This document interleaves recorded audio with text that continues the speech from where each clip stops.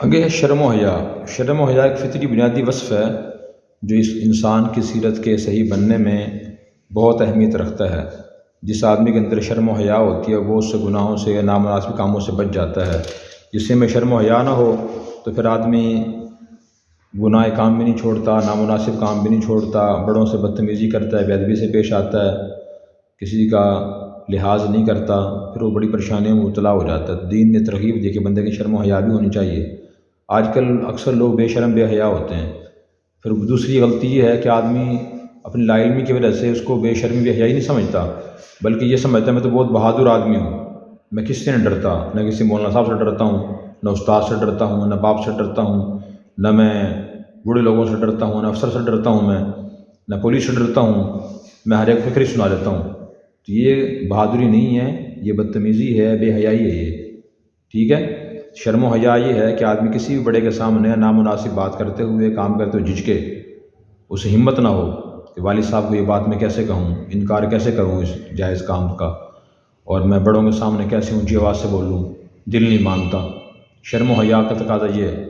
دین نے ہمیں ترغیب دی کہ آدمی کے اندر شرم و حیا ہونی چاہیے۔ یہ نہیں کہ جس وقت جو دل میں آیا جس کے سامنے وہ بات کہہ دو، یہ بہادری نہیں، بے حیائی ہے۔ حضرت زید بن طلحہ سے روایت فرماتے ہیں کہ رسول اللہ صلی اللہ علیہ وسلم نے ارشاد فرمایا، ان لکل دین خلقا، ہر دین کا امتیازی خلق ہوتا ہے، وخلق الاسلام الحیا، اور اسلام کا بنیادی جو اور امتیازی خلق جو ہے وہ حیا ہے۔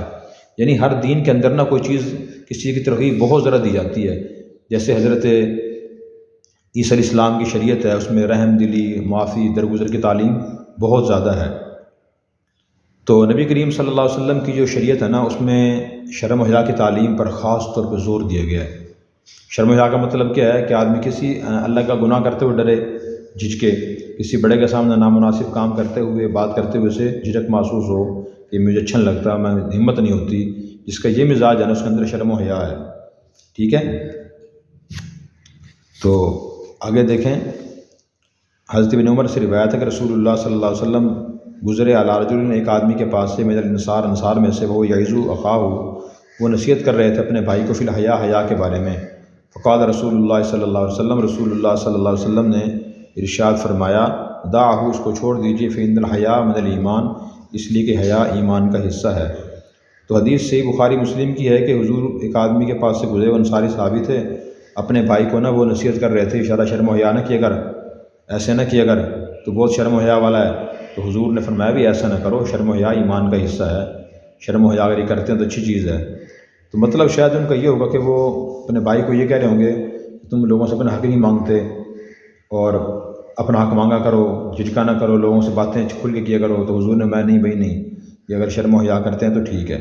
لیکن شرم و حیا نہ دو قسم کی ہے، ایک ہوتی ہے شرعی شرم، شرعی شرم، دوسرا ہوتا ہے عرفی شرم۔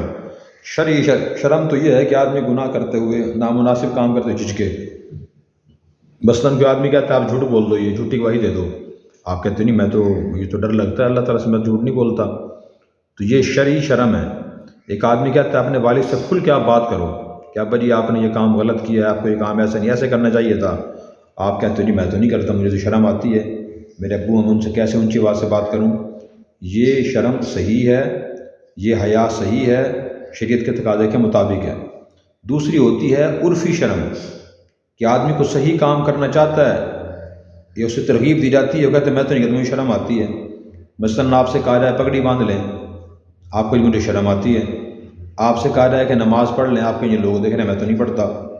آپ کو کہا جائے داڑھی رکھ لیں، آپ کہتے ہیں میں تو داڑھی رکھتا، جو لوگ کہیں تو مولوی بن گیا، مجھے شرم آتی ہے۔ آپ سے کہا جائے کہ اپنی والدہ کو آپ فلاں رشتہ دار کے گھر لے جائیں موٹر سائیکل بٹھا کے، اپنی بہن کو اسپتال لے جائیں بیمار ہے، آپ کہتے ہیں مجھے تو شرم آتی ہے، لوگ کہیں گے کسی عورت کے ساتھ جا رہا ہے یہ۔ اب یہ جتنے میں نے کام بعد میں گنوائے ہیں، یہ جائز ہیں یا ناجائز ہیں؟ یہ سارے جائز کام ہیں، نماز پڑھنا، پگڑی باندھنا، داڑھی رکھنا، والدہ کو بہنوں کہیں لے جانا پردے میں۔ تو اس موقع پہ شرم آنا یہ شرعی شرم نہیں ہے، یہ عرفی شرم ہے، اس کی کوئی اہمیت نہیں ہے۔ تو یہ اہم بات، اس کا خیال کرنا ضروری ہے کہ کون سی شرم حیا ہم نے کرنی ہے، کون سی نہیں کرنی۔ ابو ہریرہ سے روایت فرماتے ہیں رسول اللہ صلی اللہ علیہ وسلم نے فرمایا، الحیاء من الایمان، حیا ایمان کا حصہ ہے، ایمان کی شاخ ہے، والایمان فی الجنہ، ایمان کا مقام جنت ہے، والبذاء من الجفا، اور بے شرمی بدکاری کا حصہ ہے، والجفاء فی النار، اور بدکاری اور برائی جو ہے وہ جہنم میں لے جانے والی ہے۔ بات سمجھ رہی؟ حیا ایمان کا حصہ ہے، ایمان کا پھل ہے، وہ جنت میں لے جائے گی، اور جو بے حیائی ہے، بے شرمی ہے، تو وہ جہنم میں لے جائے گی۔ تو اس لیے بندہ بے شرم نہ بنے۔ بے شرم میں نے بتا دیا کہ بے شرمی کیا ہے کہ آج بڑوں کے سامنے اونچی اونچی آواز سے بولے، بدتمیزی سے بات کرے، جھجکے نہ، یہ درست نہیں۔ ابن عمر سے روایت ہے کہ نبی کریم صلی اللہ علیہ وسلم نے فرمایا ان الحیا والایمان قرناء، حیا اور ایمان دونوں ہمیشہ اکٹھے ساتھ رہتے ہیں، جمیعاً اکٹھے۔ فاذا رفع احدهما رفع الاخر، جب ان میں سے ایک اٹھا لیا جاتا ہے دوسرا خود اٹھ جاتا ہے۔ جہاں حقیقی ایمان ہوگا وہاں حقیقی حیا بھی ہوگی، اور جہاں حیا ہوگی وہاں ایمان بھی ہوگا۔ تو جہاں آپ دیکھو نا کہ حیا نہیں ہے، آدمی بے شرم بے حیا ہے، اس کا مطلب اس کا ایمان بھی کامل نہیں، ایمان کمزور ہے اس کا۔ سمجھ آ گئی؟ دونوں چیزیں اکٹھی ہوتی ہیں یہ۔ تو مومن جو ہوتا ہے وہ با شرم با حیا ہوتا ہے، اور جو مومن نہیں ہوتا وہ بے شرم ہوتا ہے، بے حیا ہوتا ہے وہ۔ یہ بہت اہم حدیث ہے۔ عمران بن حسین سے روایت فرماتے ہیں کہ رسول اللہ صلی اللہ علیہ وسلم نے فرمایا الحیاء لا یأتی الا بخیر، حیا خیر ہی لیے کو لاتی ہے، شر کو نہیں لے کے آتی۔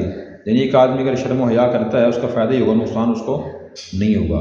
جو واقعی شرعی شرم ہے وہ خیر لے کے آتی ہے، شر لے کے نہیں آتی۔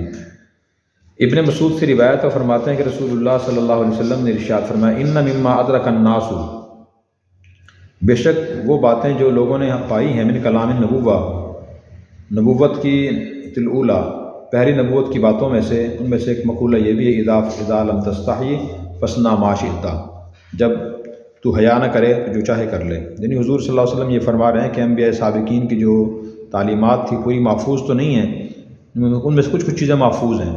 ان میں سے ایک بات یہ محفوظ ہے جو بطور سلیل المثل کے لوگوں کی زبان پہ آ رہی ہے اذا لم تستحی فاصنع ما شئت، جب تجھ میں حیا نہ ہو جو چاہے کر لے۔ فارسی میں سے کہا جاتا ہے بے حیا باش و ہر چے خواہی کن، کہ آدمی بے حیا ہو جائے وہ کچھ بھی کر سکتا ہے، کچھ بھی کر سکتا ہے۔ اللہ تعالی ہمیں شرم و حیا نصیب فرمائے۔